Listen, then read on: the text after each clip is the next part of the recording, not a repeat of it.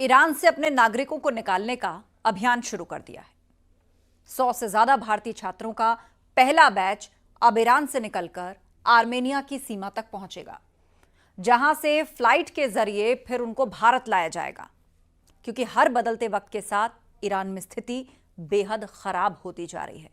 Iran ने जो aggressive attack Israel पर किया है, ताबड़तोड़ बैलिस्टिक मिसाइल जो इजराइल के ऊपर गिराई हैं, उसके बाद अब सबकी निगाहें टिकी हैं कि अब इजराइल इसका कैसे जवाब ईरान को देगा। दूसरी तरफ बेंजामिन नेतन्याहू ने खौमनई को लेकर जो कहा है, उसके बाद तो पूरे विश्व में चर्चा यह हो रही है कि आखिर इजराइल क्या बड़ा करने जा रहा है। लेकिन एक बात तो तय है कि इजराइल खामोश नहीं बैठेगा। इजराइल की जंग जिस जिस से हुई है, उसका मुंह तोड़ जवाब अब तक इजराइल देता आया है।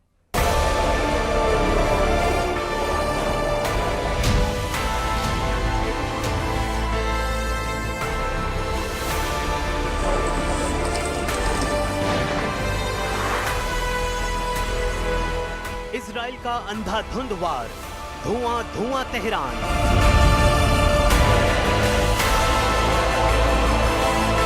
इजराइल के हमलों से ईरान में भगदड़। तेहरान छोड़कर भाग रहे लोग। पलायन के बीच तेहरान की सड़कें हुई जाम। इजराइल के भीषण हमलों के बीच ईरान की राजधानी तेहरान से भारी संख्या में लोगों का पलायन शुरू हो चुका है। राजधानी तेहरान में विस्फोटों की आवाजें रात भर गूंजती रही हैं। सआदत आबाद जैसे अमीर इलाकों तक हमलों की जद में आने के बाद अब शहरवासियों का पलायन शुरू हो गया है। आलम यह है कि तेहरान की सड़कें पलायन को मजबूर लोगों से पटी पड़ी हैं। हर कोई तेहरान छोड़कर जाना चाह रहा है। इजराइल की तरफ से की जा रही जबरदस्त बमबारी से डरे लोग तेहरान की सुरंगों, तहखानों में छिपने को मजबूर हैं। जिस जगह पर आम लोग शरण ले रहे हैं, वो 1980 के दशक के दौरान ईरान इराक युद्ध में किया गया था। ऐसे में कई देशों ने अपने नागरिकों को ईरान छोड़ने को कहा है। भारत ने भी ईरान में फंसे भारतीय छात्रों को निकालने का ऑपरेशन शुरू कर दिया है। खबर है कि पहले बैच में ईरान से 100 से ज्यादा भारतीय छात्रों का पहला बैच छोड़ेगा और ईरान से आर्मेनिया की सीमा तक पहुंचेंगे और फिर आर्मेनिया से छात्रों को फ्लाइट के जरिए भारत लाया जाएगा। ईरान में स्थित भारतीय दूतावास ने वहां रह रहे सभी भारतीय नागरिकों से अपील की है कि वो तुरंत दूतावास से संपर्क करें।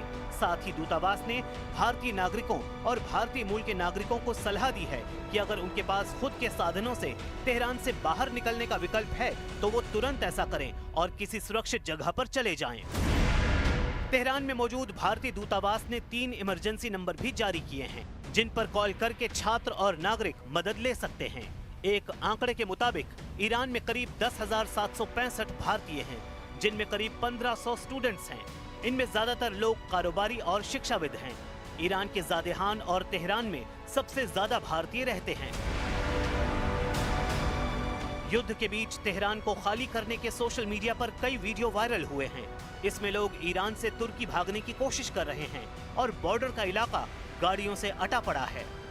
तेहरान में लोगों के सामने चुनौती इजराइल के हमलों से बचने की ही नहीं है, बल्कि पूरे तेहरान में लोगों के सामने खाने पीने का संकट गहरा गया है।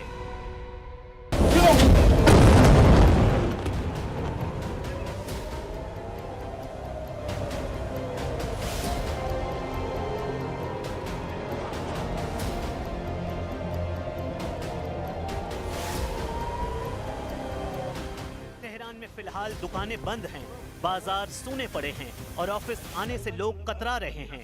कुछ इलाकों में एटीएम से सीमित रुपए ही निकाले जा सकते हैं, जबकि पेट्रोल स्टेशनों पर लंबी कतारें लगी हैं। हर गाड़ी को सिर्फ 25 लीटर पेट्रोल भरवाने की सीमा तय कर दी गई है। ईरान की राजधानी तेहरान से भागने की कोशिश में कई लोग फंस गए हैं। न्यूज एजेंसी एपी के मुताबिक ईरानी हवाई क्षेत्र बंद होने और टैक्सी न मिलने की वजह से लोग बॉर्डर तक नहीं पहुंच पा रहे हैं। तो उधर इजराइल ने अपने नागरिकों से कहा है कि वो जॉर्डन और मिस्र के रास्ते देश छोड़ सकते हैं, लेकिन इन देशों को भी संभावित खतरे के रूप में देखा जा रहा है। इस पूरे हालात ने पश्चिम एशिया में डर और अराजकता फैला दी है। लोग सुरक्षित स्थानों की तलाश में हैं, लेकिन रास्ते बंद हैं और विकल्प सीमित हैं। इतना ही नहीं, जिस तरह की चेतावनी लगातार दी जा रही है, उससे भी समय की भी कमी है। क्योंकि अमेरिकी राष्ट्रपति ट्रंप लोगों से पहले ही जल्द से जल्द तेहरान खाली करने की बात कह चुके हैं। दूसरी तरफ इजरायली प्रधानमंत्री बेन्यामिन नेतन्याहू ने भी साफ कर दिया है कि ईरान के सुप्रीम लीडर खामेनेई को निशाना बनाने की संभावना से इनकार नहीं किया जा सकता। हम वही कर रहे हैं जो हमें करना है। नेतन्याहू ने दावा किया कि खामेनेई को निशाना बनाना संघर्ष को बढ़ाएगा नहीं बल्कि इसे खत्म कर देगा। यानी अमेरिका और इजराइल दोनों के ताजा बयान इस बात का ऐलान है कि ये युद्ध अभी रुकने वाला नहीं है।